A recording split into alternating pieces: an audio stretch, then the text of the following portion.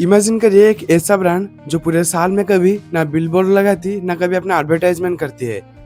एक ऐसा ब्रांड जो दुनिया भर के चलते हुए फैशन ड्रेस में से चलती है, कस्टमर डिमांड से इंस्पायर होकर बहुत तेजी से नए नए प्रोडक्ट्स लॉन्च करती है एंड उन्हीं प्रोडक्ट्स को कुछ ही हफ्तों में अपने रिटेल स्टोर्स पर भेजती है।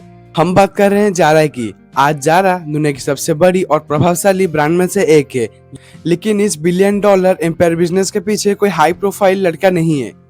क्या आप जानते हैं इसकी शुरुआत स्पेन के एक छोटे से गांव से हुई थी, जहां एक 14 साल का लड़का, ऐसा लड़का जिसने 14 साल की उम्र में अपनी पढ़ाई छोड़ दी थी। उसके पास अपने घर चलाने के लिए तक भी पैसे नहीं होते थे, लेकिन वही लड़का अमानिसियो ओर्टेगा आज की डेट में 100 बिलियन डॉलर से ज्यादा की नेटवर्थ पर है एंड टॉप में आता है वो रिचेस्ट पर्सन लिस्ट में। पर उन्होंने ये सब किया कैसे? बिना किसी बड़े ट्रेडिशनल मार्केटिंग के, बिना किसी एडवर्टाइज के बजट के, सिर्फ बेहतरीन सप्लाई चेन इंजीनियरिंग करके, कस्टमर साइकोलॉजी के दम पे उन्होंने दुनिया की सबसे बड़ी फैशन रिटेल कंपनी में से एक खड़ी कर ली। आज की इस वीडियो में हम जारा की फैक्चुअल डाटा और उनके पूरे सिस्टम को समझने वाले हैं। अमानिसियो ओर्टेगा का जन्म 1936 को स्पेन के एक छोटे से परिवार में हुआ था। उनका बचपन ऐसे गुजरा जहां उनके परिवार को 2 वक्त की रोटी के भी लाले पड़ते थे। उनके पिता एक रेलवे वर्कर थे जहां बहुत ही कम सैलरी मिलती थी। कई रिपोर्ट्स के मुताबिक बचपन की गरीबी उन पर गहरा असर डाला। उस दौर में 14 साल के अमानिसियो ने यह बोला कि मैं भी पढ़ाई नहीं करूंगा, मैं भी काम करूंगा ताकि अपनी परिवार की मदद कर सके। पर क्या एक ऐसा लड़का 14 साल का, क्या वो सबसे बड़ी रिटेल कंपनी में से खड़ी कर सकता है? उन्होंने नॉर्थ ईस्टर्न स्पेन के एक शहर में एक छोटा सा दुकान में डिलीवरी बॉय का काम करना शुरू किया। उस दुकान का नाम गाला था, जहां हाथ से शर्ट्स बनाया जाता था। यहाँ काम करते हुए अमानिसियो ने सबसे बेसिक फंडामेंटल्स को सीखा। उन्होंने ये देखा कि कैसे एक कपड़ा पूरे रॉ मटेरियल से कैसे फिनिश प्रोडक्ट तक बनता है एंड कैसे वो दुकान तक जाते जाते उसका प्राइस कितना हाई हो जाता है। ये उनका सबसे पहला प्रैक्टिकल बिजनेस लेसन था, जो कि उनके आगे चल के उन्हें एक रास्ता दिखाया। 1960 के दौर में अमानिसियो ने काम करते हुए एक बहुत बड़ा गैप नोटिस किया। उन्होंने देखा कि जो एक्सपेंसिव क्लॉथेज होते हैं या लग्जरी डिजाइन होते हैं वो सिर्फ अमीर लोग ही अफोर्ड कर सकते हैं, लो मिडिल क्लास लोग अफोर्ड नहीं कर सकते। अमानिसियो ने सोचा कि वही डिजाइन सस्ते मटेरियल और कम पैसे में बनी हुई चीज़ों से बनाया जा सकता है तो एक बहुत बड़ा कंज्यूमर बेस कैप्चर किया जा सकता है। पर क्या एक छोटी सी फैक्ट्री बड़े ब्रांड्स को टक्कर दे सकती थी? 1972 में उन्होंने खुद की एक फैक्ट्री शुरू की जिसका नाम था ऑनफेसेस गोवा। इस फैक्ट्री में उन्होंने क्वालिटेटिव बाथरूम्स बनाना शुरू किया। उनका कोर बिजनेस मॉडल बहुत ही सिंपल था।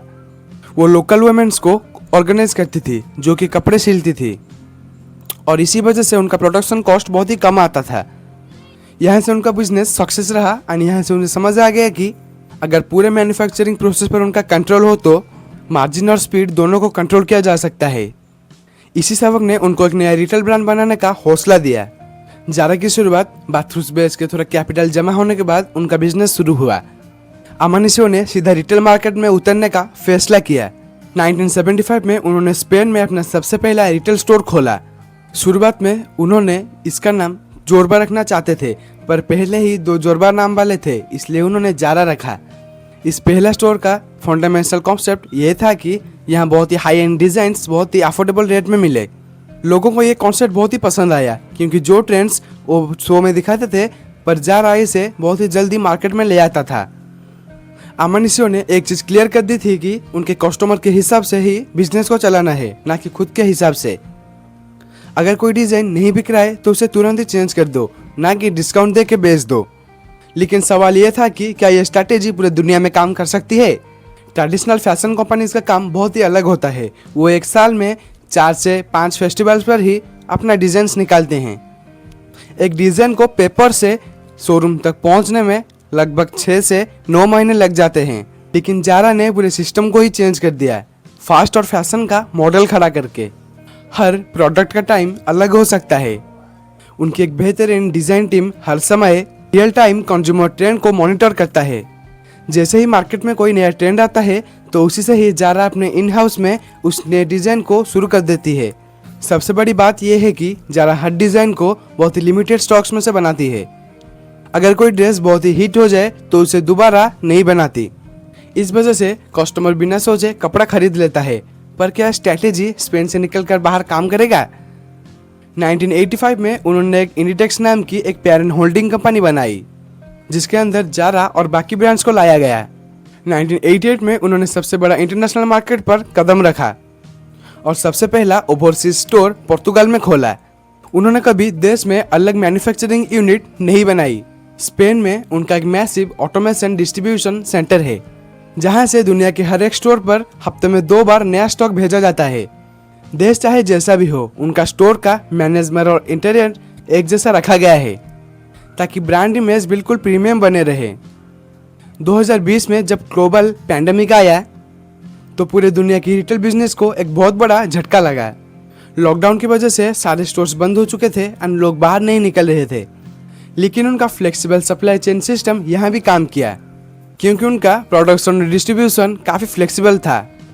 उन्होंने पुराने स्टोर्स को ऑप्टिमाइज किया और ई कॉमर्स जैसे प्लेटफॉर्म पर आने के लिए तैयार हो गए।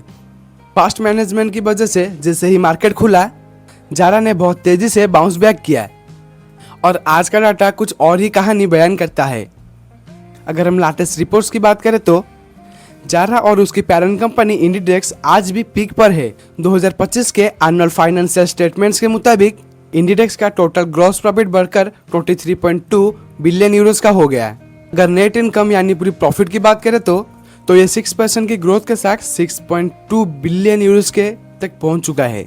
आज दुनिया भर के टॉप प्राइम लोकेशंस पर जारा के फिजिकल स्टोर्स बने हुए हैं। तो इस बेहतरीन बिजनेस मॉडल से हमें टॉप 3 बिजनेस लेसन्स मिलते हैं। Number 3, customer demand is king. क्योंकि किसी भी बिजनेस में आपको वो नहीं बेचना जो आप बनाना चाहते हैं और आप बेचना चाहते हैं, आप वही बनाना और वही बेचना जो कि कस्टमर की डिमांड है। जारा कभी अपने ट्रेंड्स को जबरदस्ती क्रिएट नहीं करती, वह चलती हुए ट्रेंड्स को बनाती है। दूसरा है कंट्रोल योर सप्लाई चेन। अगर आपको मैन्युफैक्चरिंग और डिस्ट्रीब्यूशन पर कंट्रोल है तो आप मार्केट के किसी भी बदलाव को बहुत जल्दी अडॉप्ट कर सकते हैं। नंबर 3 जानने से पहले चैनल को सब्सक्राइब कर दो और वीडियो को लाइक कर दो। और नंबर 3 पे आता है क्लैरिटी क्रिएट्स अर्जेंसी। इसका ये मतलब है कि लिमिटेड इन्वेंटरी रखने पर आपके 2 फायदे होते हैं।